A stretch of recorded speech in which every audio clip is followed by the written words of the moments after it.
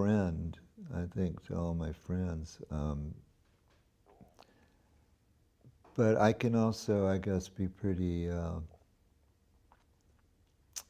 driven when there's something I want and something I want to get. I can be really driven to get it. I don't know, you know. I don't know really who I am or what I am. It's like you said. I mean, I did live the American dream. I am a complete recipient of that great gift. I've done an album about how that gift really isn't attainable anymore, and why, and what, and what are the problems. You know, I'm more interested in why are we becoming less human?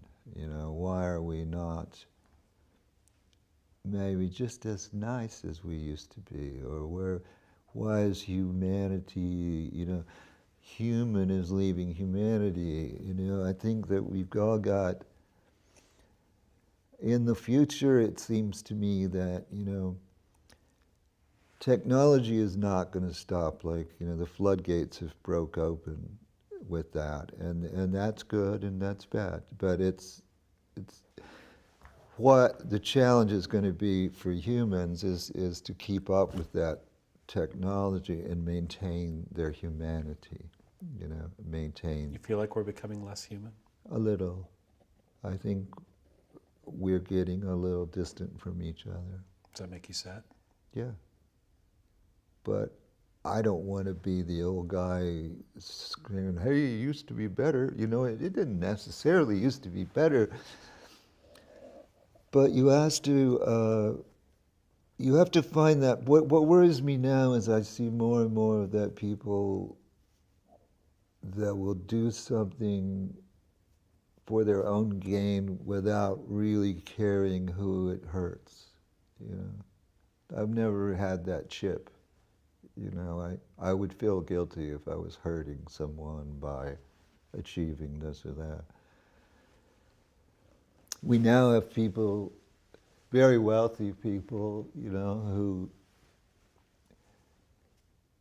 really become obsessed with making more money that would never change a day of their lives, probably never change a day of their children's lives.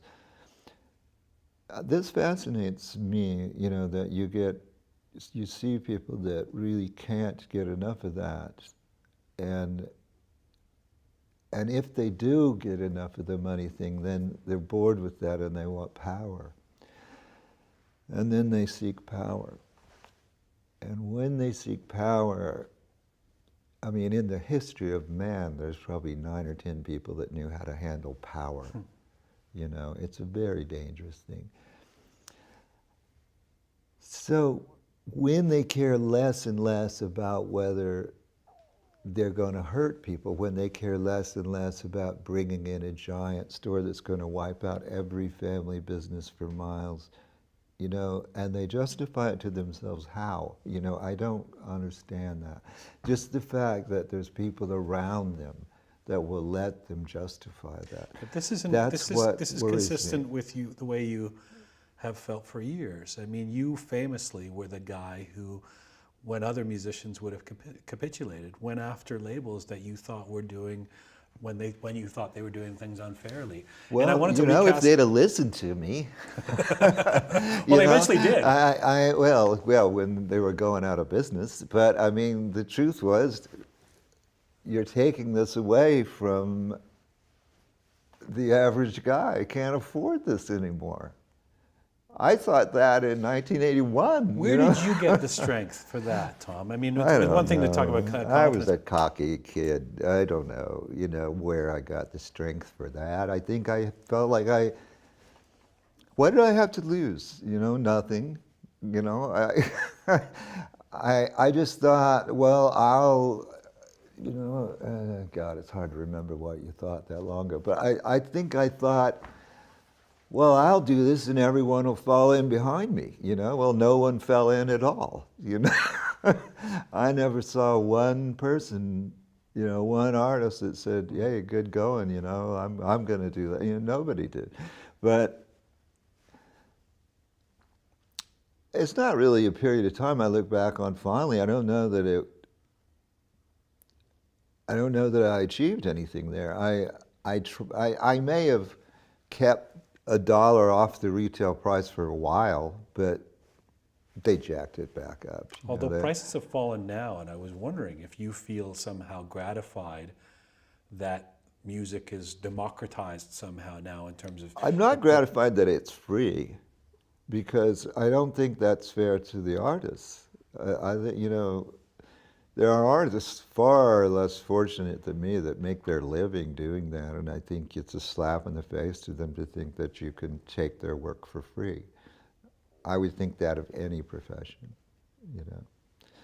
But, you know, then I just, this is the thought in my mind as I write songs these days, is that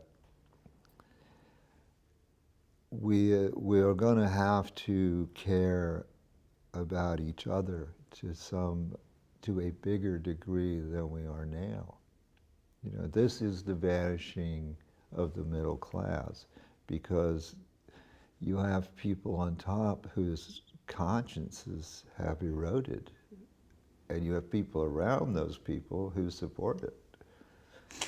You said a few moments ago that you were a romantic, and that a lot of that's been beaten out of you. In what ways do you feel like you are still a romantic? I don't know. I've always loved the underdog that somehow finishes the race. You know, I still believe that people are pretty magnificent things, and I think given the shot, given the encouragement, they can do great things. I think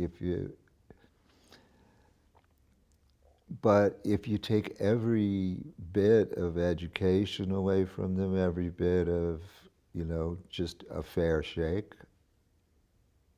you know, it's not. I mean, I'm sure a lot of people watching this can realize, remember a time.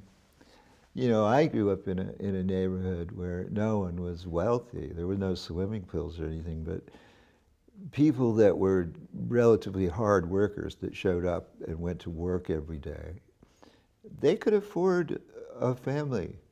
They could feed their family, and they might even own a house, you know. But that kind of thing is gone now. You've said a couple of times that new is important.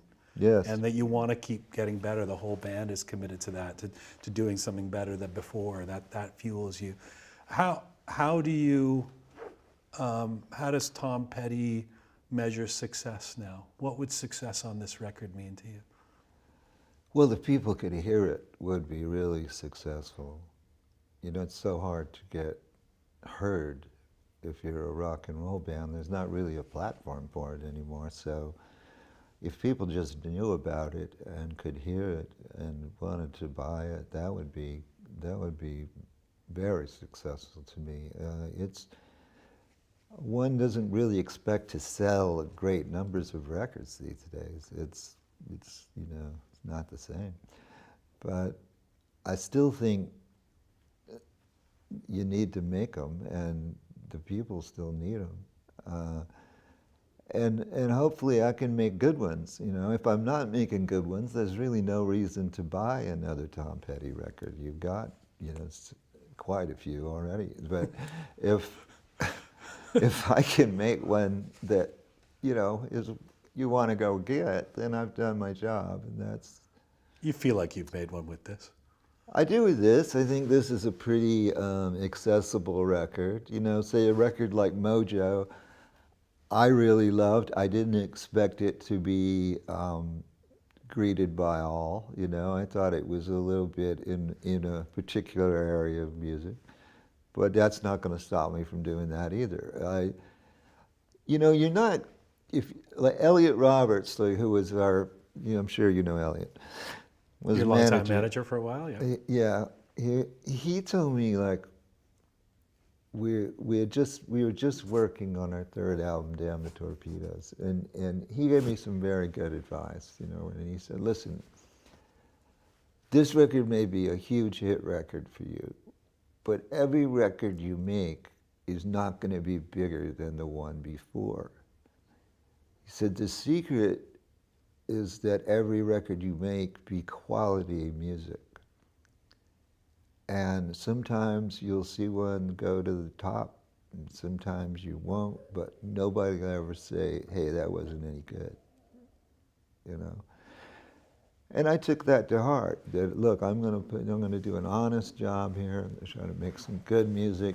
Sometimes, you know, you succeed, sometimes you fail, but everything's managed to stay above water, you know, and now and then you do get that really nice one that, you know, is a huge hit and crosses over. But that can't be all that you're interested in. You've got to try to just do quality work and please yourself as best you can. And I think I'm probably my harshest critic, you know. I'm still pretty hard on what I'm doing, and that works to my advantage in a way. Final question to you.